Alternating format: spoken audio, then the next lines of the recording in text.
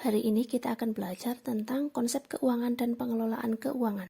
Tema 4, pemberdayaan masyarakat, IPS kelas 7 semester genap. Capaian pembelajarannya sebagai berikut dan tujuan pembelajarannya. Kemudian kalian tadi sudah mengamati video berita tentang anak kecil yang top up game sampai menghabiskan uang 800.000 dalam satu waktu. Nah, hal tersebut terjadi karena kurangnya pengetahuan tentang literasi keuangan dan pengelolaan keuangan yang kurang bagus, baik dari si anak maupun keluarganya. Akhirnya terjadilah pengeluaran yang tidak terencana dan kurang bermanfaat pada waktu itu. Seringkali seseorang itu mengalami kesulitan dalam mengelola keuangannya, terlebih lagi di Indonesia ya, karena hakikat dari kebutuhan manusia yang tidak terbatas. Nah, bagaimana cara merencanakan, melaksanakan, dan melakukan pengelolaan terhadap keuangan agar tujuan hidup tercapai? Nanti kita akan mempelajarinya di materi ini. Tapi sebelumnya kita akan belajar mengenai konsep uang, pendapatan, tabungan, investasi, serta literasi keuangan. Uang adalah alat pembayaran yang sah yang digunakan masyarakat untuk mendapatkan barang maupun jasa untuk memenuhi kebutuhan hidupnya. Sebelum adanya uang, masyarakat itu menerapkan sistem barter. Barter merupakan pertukaran antara barang untuk memenuhi kebutuhan. Namun seringkali pertukaran barang yang dibutuhkan ini tidak menemui titik temu karena perbedaan keinginan seseorang terhadap barang yang ditukar dengan barang lain. Selain itu, dalam sistem barter sulit ditentukan nilai untuk standar pertukarannya.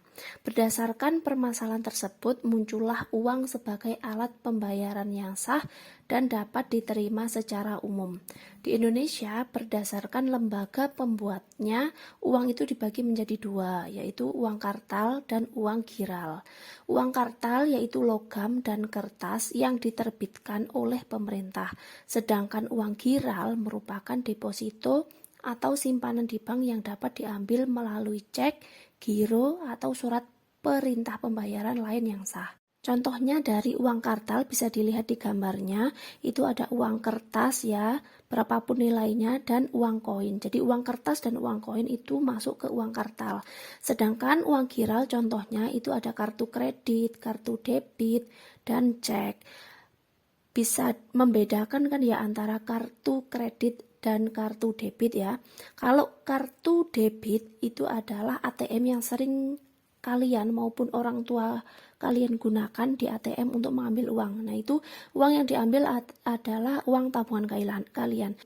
Sedangkan kalau yang kartu kredit adalah kartu yang biasa digunakan untuk membayar, tetapi itu sistemnya kita masih berhutang pada bank dan nanti bayarnya itu secara kredit per bulan ataupun dicicil per bulan.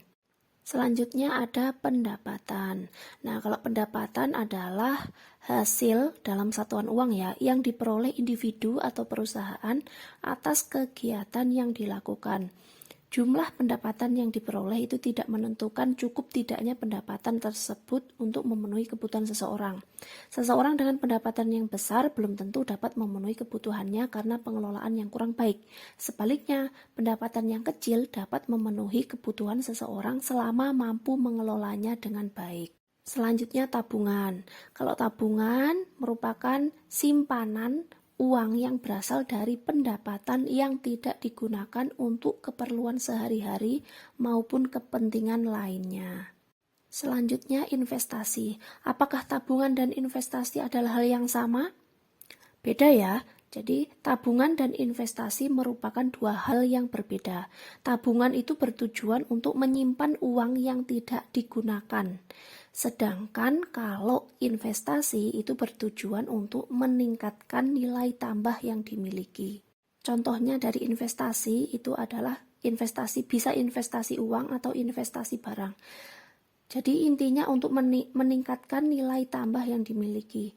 Contoh kalau investasi uang bisa kita melalui reksadana maupun aplikasi ajaib atau bibit.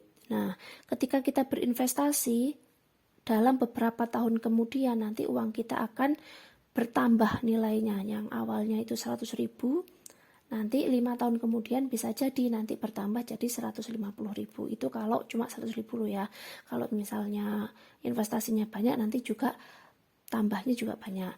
Ada lagi investasi hewan. Ketika kalian dapat THR, kalian belikan kambing misalnya, yang tinggal di desa biasanya dibelikan kambing maupun anak kambing maupun anak sapi. Nah, nanti setelah dia sudah besar kambingnya maupun sapinya terus dijual. Nah kan jadi bertambah ya nilainya. Yang awalnya dulu beli kambingnya harganya 250.000, setelah besar dijual menjadi harganya 2.500.000 seperti itu. Selanjutnya, literasi keuangan. Literasi keuangan adalah seperangkat pengetahuan dan keterampilan masyarakat dalam membuat keputusan dan kebijakan yang efektif dengan memanfaatkan seluruh sumber daya keuangan yang dimilikinya. Nah, setiap hari manusia itu melakukan keputusan keuangan dalam rangka memenuhi kebutuhannya. Keputusan keuangan merupakan hal yang dilakukan oleh setiap individu, baik dalam hal pembelian, penjualan, tabungan, investasi, ataupun kegiatan lain yang berhubungan dengan keuangan. Nah, jadi intinya literasi keuangan itu pengetahuan atau kemampuan kita dalam mengelola keuangan, mampu membaca seberapa uang kita dan akan digunakan untuk apa, begitu. Nah, selanjutnya pengelolaan keuangan keluarga. Nah, inti dari materi kita hari ini yaitu pengelolaan keuangan. Pengelolaan keuangan keluarga adalah seni pengelolaan keuangan yang dilakukan oleh individu ataupun keluarga melalui orang lain untuk mencapai tujuan yang efisien, efektif, dan bermanfaat, sehingga keluarga tersebut menjadi keluarga yang sejahtera dan keluarga sakinah. Jadi pengelolaan keuangan keluarga ini tidak hanya dilakukan oleh ayah maupun ibu, tapi juga dilakukan oleh anak. Dan tujuan pengelolaan keuangan ini ada 5. Yang pertama, pengeluaran menjadi lebih terkontrol. Yang kedua, kebutuhan prioritas bisa terpenuhi. Ketiga, menghindari resiko keuangan, artinya keuangan yang rugi ya. Kemudian yang keempat, memaksimalkan hasil investasi. Dan yang kelima, menjamin keuangan di masa depan. Selanjutnya ada langkah pengelolaan keuangan baik di dalam keluarga maupun individu. Yang pertama yaitu menyusun tujuan keuangan. Langkah pengelolaan yang pertama yaitu menyusun tujuan keuangan. Tujuan keuangan yang akan dicapai pada waktu tertentu itu harus disusun untuk jangka pendek, yaitu kurang dari 1 tahun, jangka menengah 1-5 tahun, dan jangka panjang yaitu lebih dari 5 tahun. Nah, tujuan keuangan ini disebut sebagai tolok ukur atau patokan bagi keberhasilan perencanaan keuangan seseorang. Seseorang yang berhasil meraih tujuan keuangannya itu dapat dikatakan sudah mampu untuk mengelola keuangan yang baik. Selanjutnya, langkah pengelolaan yang kedua yaitu menyusun rencana pendapatan. Jadi pendapatan kita itu dari mana saja. Yang ketiga, menyusun rencana pengeluaran. Jadi pendapatan ataupun uang yang kita dapat ini akan kita gunakan untuk apa aja. Jadi harus disusun secara baik. Contohnya kalian mendapat THR 500.000. Nah, 500.000 itu akan kalian gunakan untuk apa saja. Itu harus disusun secara ada tujuannya dan ada rencananya. Secara jangka pendek, jangka menengah maupun jangka yang panjang. Kalau yang jangka pendek, misal kalian menyisihkan uang untuk jajan. Jangka menengahnya 1-5 tahun kalian beli, misal kalau THR-nya dapat banyak, dibelikan HP ataupun casing HP atau tas, sepatu. Nah, itu kan bisa tahan lama. Terus yang lebih dari 5 tahun, misal kalian tabung ataupun ada yang diinvestasikan. Selanjutnya melakukan review. Ini ada 3 cara, yaitu sistem amplop, buku kas harian, sama sistem kas keluarga.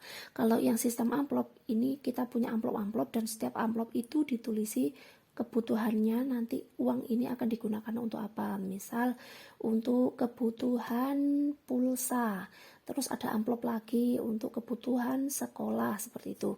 Kemudian sistem buku kas harian dan ada sistem kas keluarga. Kesimpulannya, kita harus mengelola keuangan, baik itu dalam jumlah yang banyak maupun sedikit. Berapapun uang yang kita miliki, jika kita dapat mengelolanya dengan baik, dengan perencanaan yang matang, maka kita dapat memenuhi kebutuhan tanpa melakukan pinjaman yang kadang membuat seseorang terlibat masalah karena tidak bisa membayarnya kembali. Pinjaman itu boleh-boleh saja nanti ketika kalian sudah besar dan mempunyai penghasilan sendiri. Contohnya ketika kalian membeli perumahan, tetapi tetap dengan perencanaan yang terstruktur agar tidak menyusahkan diri kita sendiri. Dan pengelolaan keuangan ini dimulai dari diri kalian sendiri dan dimulai dari hari ini agar terbiasa sejak dini. Baik, sekian materi hari ini. Semoga bermanfaat. Jika kalian kurang jelas, bisa membacanya sendiri di buku maupun mencarinya di internet. Sekian, terima kasih.